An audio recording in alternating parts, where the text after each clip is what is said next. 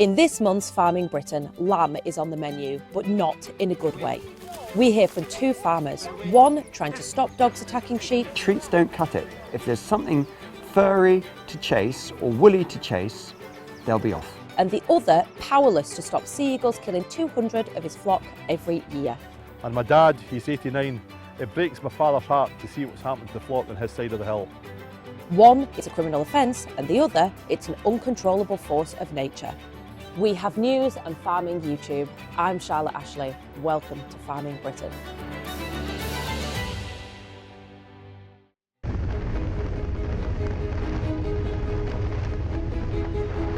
This is a golden eagle's eye view of the Scottish Highlands. Below is their natural prey, a fast and agile blue hare. He's outmanoeuvred. These are powerful birds, but not as powerful as the sea eagle, reintroduced into Scotland 40 years ago. The trouble is, when they were released, no one told them what they could and couldn't eat. And that's a problem for farmers, because some of these impressive apex predators have got a taste for lamb. A high-protein food source readily available just when the eagles have a nestful of hungry chicks. We're in Appin in Argyll on the side of Loch Linney, and what we're doing today is we're having a look at the continuing story of the sea eagle, the eagle with the sun in his eye, and talking to a local farmer. I've been here, when I say local farmer, they've been here for several generations, and they're hill sheep farmers. And they're one of the monitor farms with Nature Scot and government to look at the impacts of sea eagles and how it affects the sustainability of their flock. So really it's a human story, and it's people that are trying to make a sensible, sustainable living from the land and how they're dealing with the reintroduction of species. David Colthart dreads this time of year. According to his calculations, he loses around 200 lambs every season to the sea eagles. It breaks my father's heart to see what's happened to the flock on his side of the hill. And that's what folk don't appreciate. You've got generations of work that went into that within a few short years, that's gone. And it's absolute sin. Absolute sin.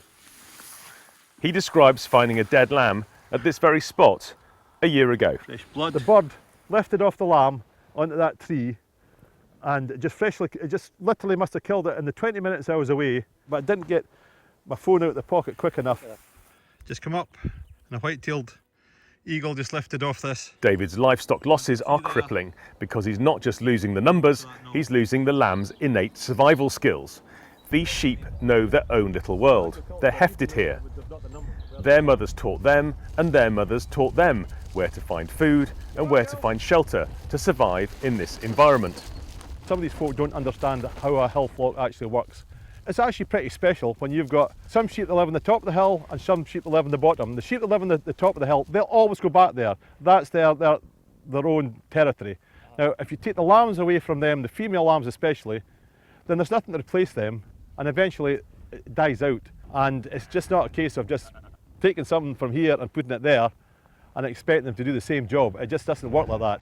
What are we actually talking about? What sort of losses are these unsustainable losses? What do they look like in numbers? Last year it was 32% was the loss from scanning to weaning, and that's far too much for a farm to sustain. Not for the level of inputs we put into it. Like when my grandfather was here, the sheep were never fed. They were genetically hardy, and okay, you have periods where you have maybe a bad winter, but a stock that doesn't have like a predator like the white-tailed eagle nipping away at it can then maybe take a couple of years to recover, but it can recover. Nature Scot have now acknowledged the issue and have spent time in these hills monitoring the eagle's activity. They've tried things like diversionary feeding and more shepherds on the ground, but nothing works, and David still can't protect his flock. It's not been through lack of effort from Nature Scot and the observers and ourselves, and that's a great shame. It's not the birds' fault. We didn't release the birds in the first place. They've been introduced into an environment that's totally changed in the last year. It's not nature that's feeding the birds, it's the farm on the crofters. Another tactic we filmed was designed to shoo the sea eagles away from the lambing fields. This is the Angry Man, a siren blaring orange inflatable. There you go. That's it. Neil, what is happening? That's the Angry Man. He looks like a drunk man, not an angry man. Well, the wind's pushing that one over, but that's the idea, is it leaps up and there's a whistling noise.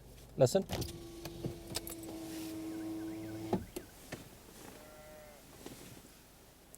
That's it.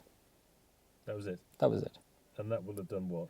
Well, the idea is that if the sea eagle is in the area hunting the lambs, that the angry man popping up, whistling and waving his arms around will be enough to deter the eagle from hunting the lambs on the bank. To me, it generates a whole host of questions, David, because I mean, we've known for a long time, well, certainly for the last 10 years, that the amount of impact of sea eagles on lambs here has been steadily increasing. We're also aware that the sea eagle population itself is steadily increasing. There's been a very long debate that sea eagles don't take perfectly healthy, viable lambs. But I think for the majority of people, other than the sort of the environmental evangelists, the fact isn't really challenged now. So the idea is that products like that will reduce the impact on lambs by disturbing hunting birds away from lambing areas. You could say I remain to be convinced. Maybe the eagles are supposed to fall out of the sky laughing, but this is not a laughing matter. The signs of an attack are obvious from a distance. So as you can see, the eagle sat on top of the knoll over on your right there.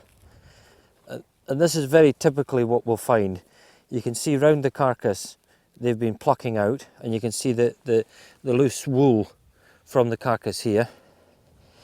When you look at the side of the head here, you can see the very distinct talon strike in the neck. See it there?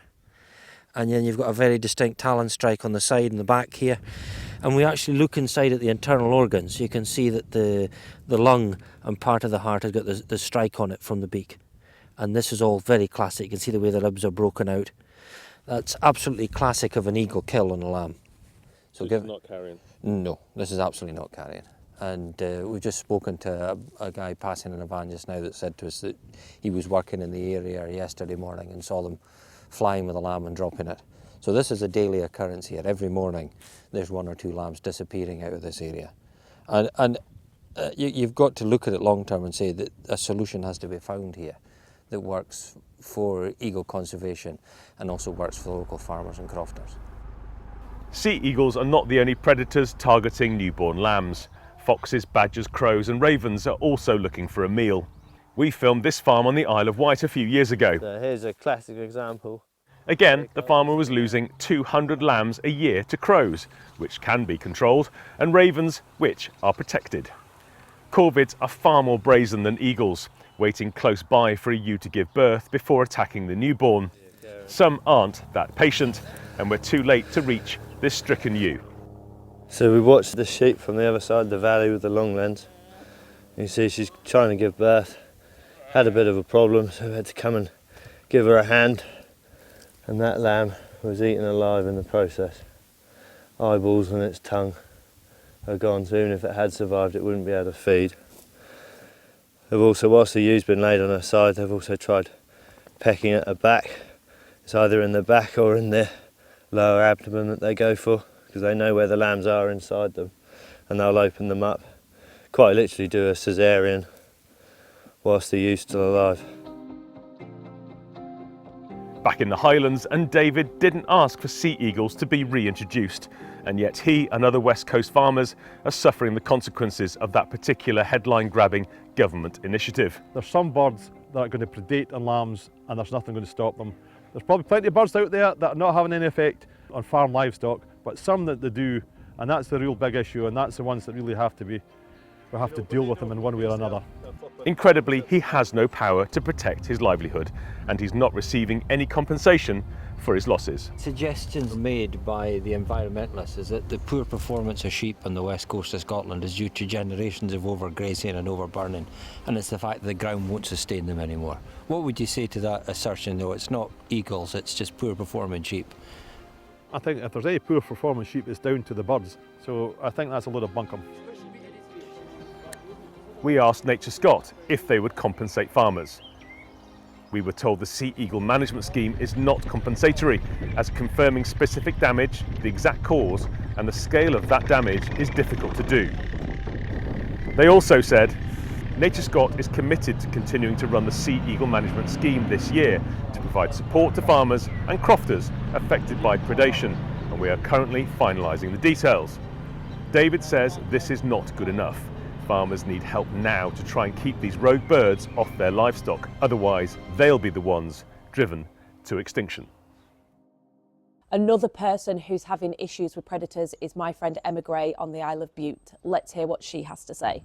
Hi, my name's Emma Gray and we are busy lambing on the west coast of Scotland on the Isle of Bute.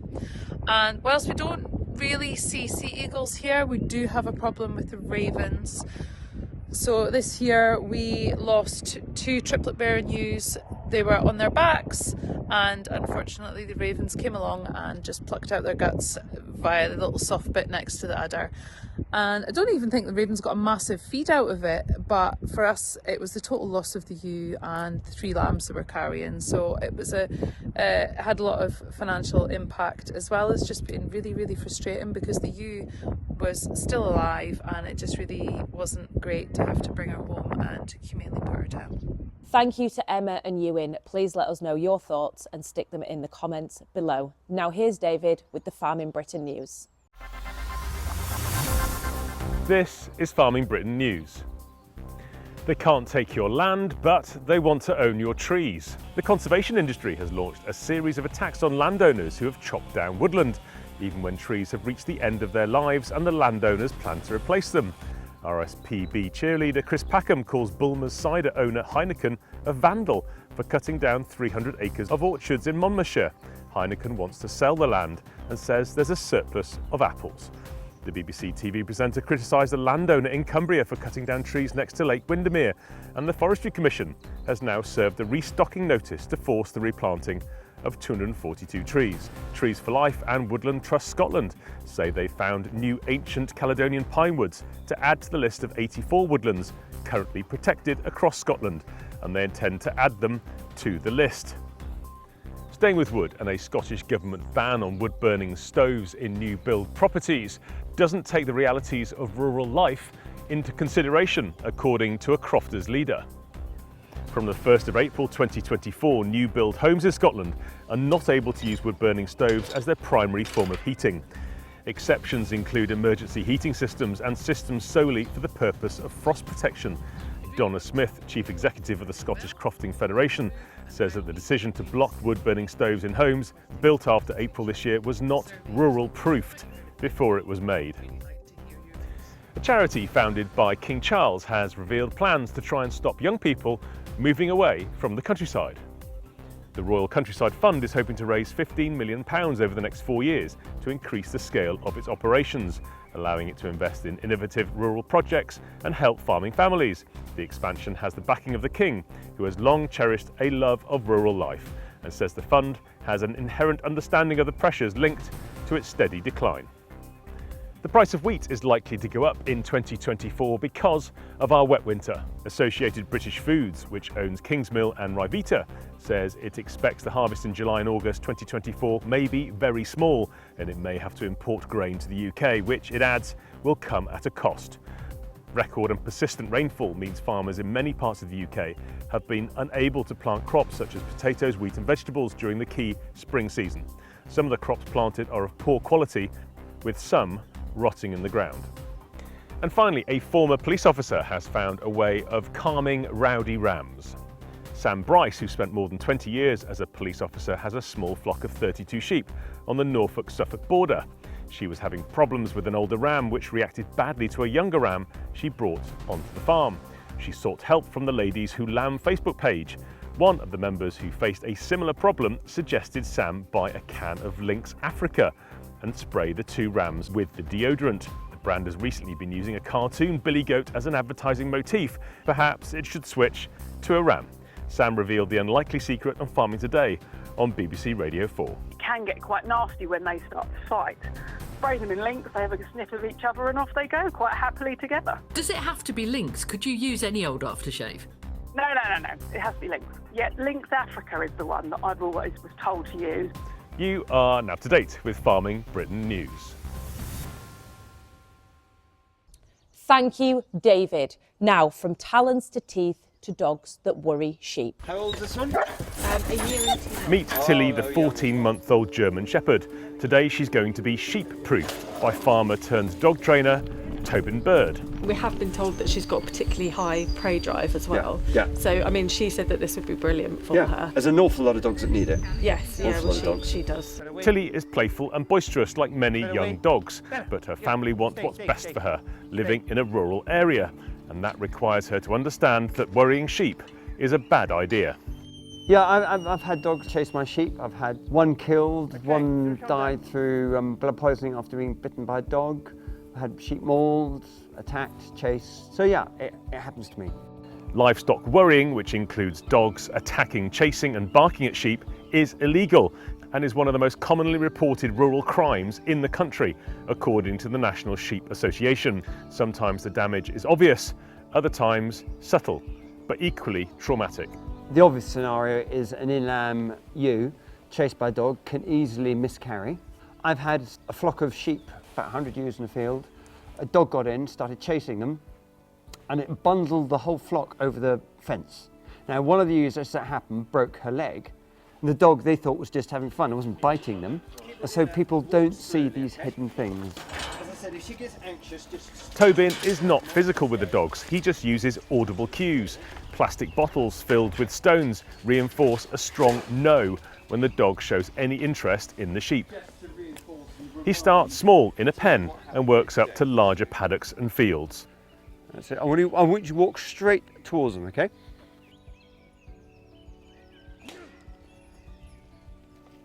Stay. Here, heel, heel, heel, heel. Already Tilly is showing less interest in the sheep.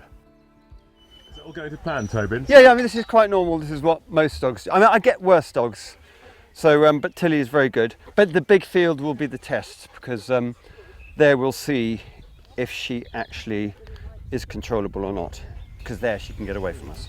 The lovely family we've had today, very keen. They just want to get it sorted. And yeah, absolutely. And in reality, that I only tend to mainly see the responsible people here. Most people that come here will keep their dog on the lead.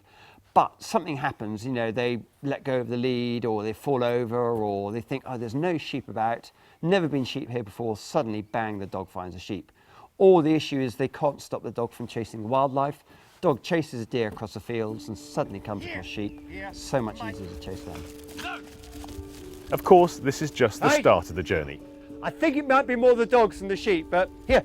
This technique needs to be reinforced by the owners in their own time. Here, come by. Lay down. Lay down. Lay down, lay down. Yeah, I think she's being fairly good. Yeah, she's a very average sort of reaction, realistically. So very good in the field here. Yeah, she's a very good dog. But I would still never trust a dog. You know, you still got to keep her on lead. But with practice at home, she should be fine. Talk about this positive reinforcement. You talk sausage is a positive reinforcement. Yeah, well, the trouble is, a lot of people, they say to me, "Oh, we only believe in positive reinforcement. You know, reward-based treatment," and which is fine. I use reward for my dogs, but the dogs need to know boundaries. Waving a sausage to a dog when it's chasing after some sheep or a deer or a rabbit or whatever, it doesn't cut it. You've got to have firm control and praise it when it comes back to you. I praise my dogs sometimes through gritted teeth when they come back to me eventually. And I know they're training, because I'm training these two young dogs here, Clyde and Bella, are both in training right now. And there are moments they just drive me up the wall because they're so naughty. But I have to, at times, just really grit my teeth and praise them when they come back to me, because otherwise they can think, oh, he's a horrible person. So it's a mixture of both. It's boundaries, but also praise when they're doing well. The final test is the flyby, again reinforced with a no and the stones. Here's a final few words of advice from Tobin. Well, obviously, first of all, keep your dog in the lead, but also be really firm with the dog. The prey drive is so strong, they need a firm no. They've really got to be tough on them, because otherwise the red mist comes down. And as I said earlier on, the treats don't cut it. If there's something furry to chase or woolly to chase, they'll be off. To book a session with Tobin, visit his website, sheepproofyourdog.co.uk.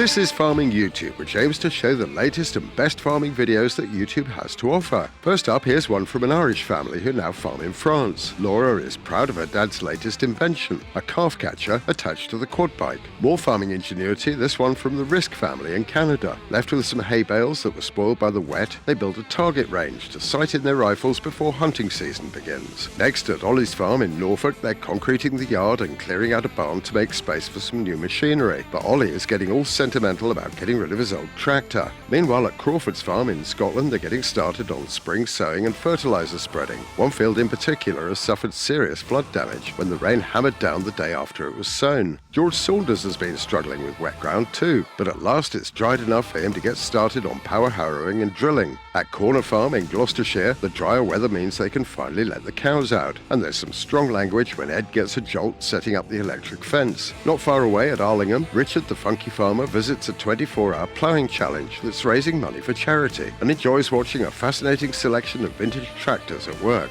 And finally, Harry from Harry's farm is having trouble with grass weeds in his wheat. Plus, he looks into the government's national food strategy and explains why he reckons it won't work. Well, that's it for this episode. We've put all these films into a playlist for you. Click on the eye symbol top right or check this film's description. If you have a YouTube film you'd like us to pop into our next roundup, email us the link hello@farmingbritain.tv. That's it from me. Thank you very much for watching.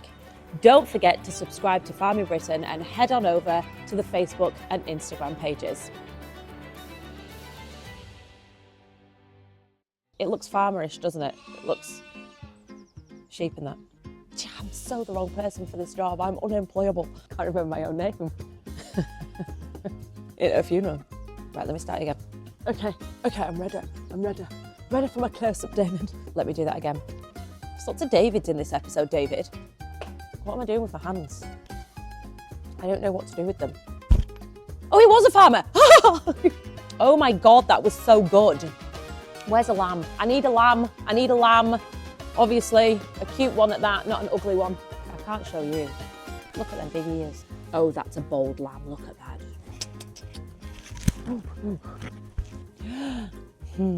You're perfect model, aren't you? Everyone loves a lamb.